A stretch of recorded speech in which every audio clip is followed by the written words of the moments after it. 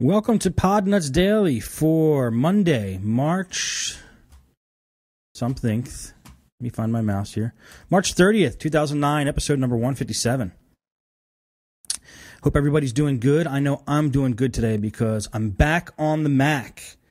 I missed my Mac, guys. I missed my Mac a lot. It's I'm actually running a Hackintosh right now. I'll talk about it a little later, but I'm never going back to PC again. That's all there is to it.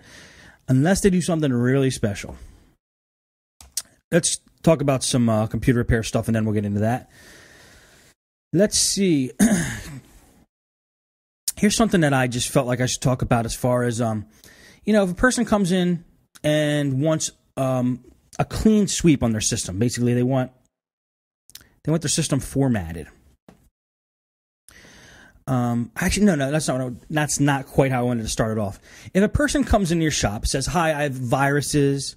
My computer's running real slow."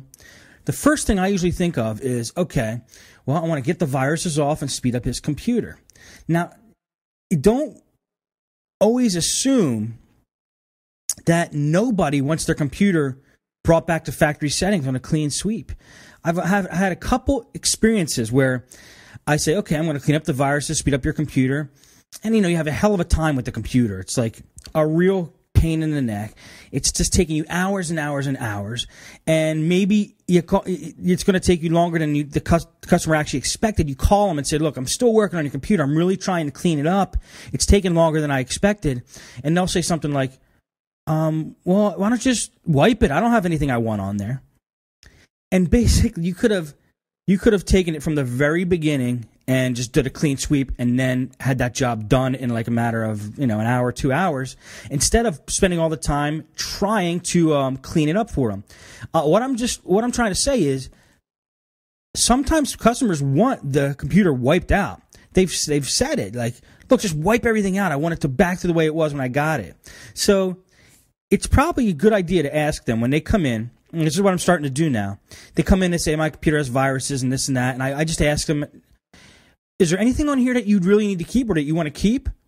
And they go, yeah, my pictures. I go, okay, yeah, no problem. I'm like, it's just a last resort is I'd have to reinstall the operating system. Or if I ask them, is there anything on here you want to keep? No, I don't care about anything that's on that computer. Okay, fine. And I would probably do a clean sweep then, right off the bat. Or I would say, I could bring this computer back to factory settings. And if they say, well, what would I lose? And I'd be like, you lose any programs, you install this and that or whatever. And they go, I don't have anything on there anyway. Definitely do that. So you could save yourself some time if you just ask that question. Is there anything on this computer you want saved? And if they say, why? You're going to erase everything? Just say, no. I just want to ask.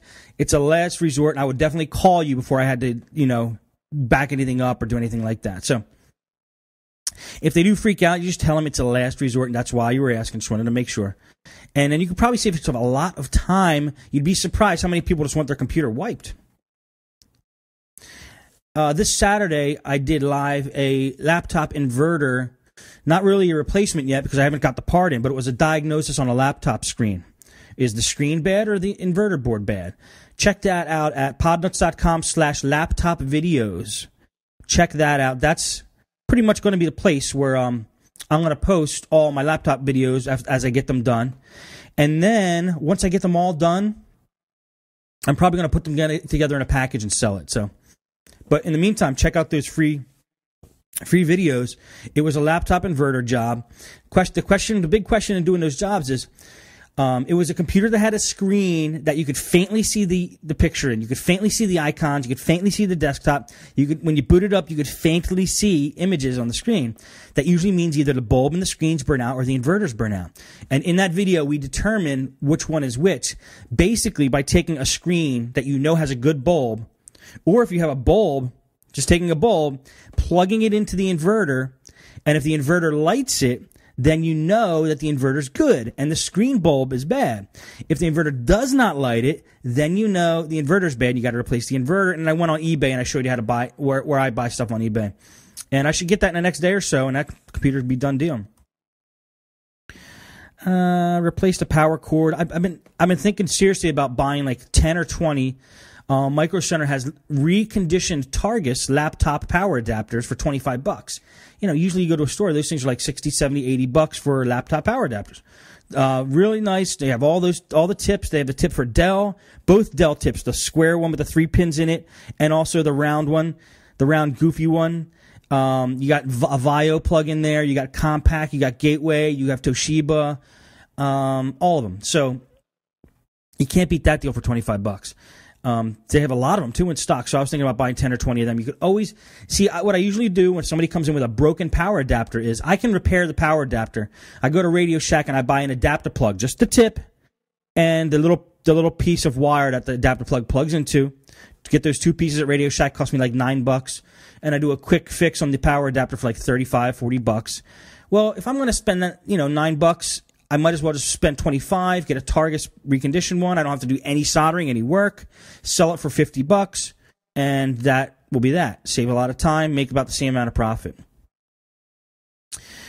And the week before I did that live laptop repair video. And by the way, the one that's on podnutz.com/laptop videos is not the screen inverter video. Sorry, it's a power jack repair I did the week before.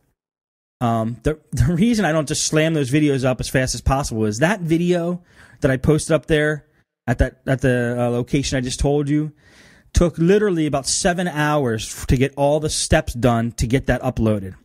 It was recorded in HD, so I had to convert from the HD camera to the computer and convert it to an M4V using iMovie. That took about an hour. Then it took me an hour to upload it to Vimeo when using Vimeo.com because I could make an hour and a half long video on Vimeo.com. They don't have time restrictions; they have size restrictions on how big the files can be.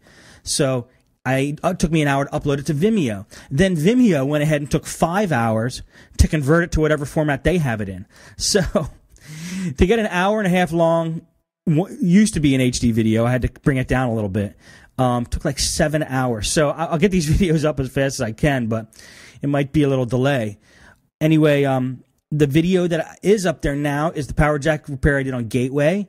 Next video that's going to go up is a screen inverter repair. And then the second part of the screen inverter job I did was showing how to install a different type of power jack. That I did Saturday.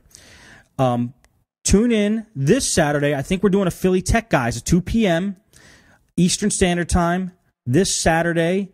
You could watch it live on Ustream at MikeTechShow.com, or you could just download it after it's over and upload it to the site at PhillyTechGuys.com.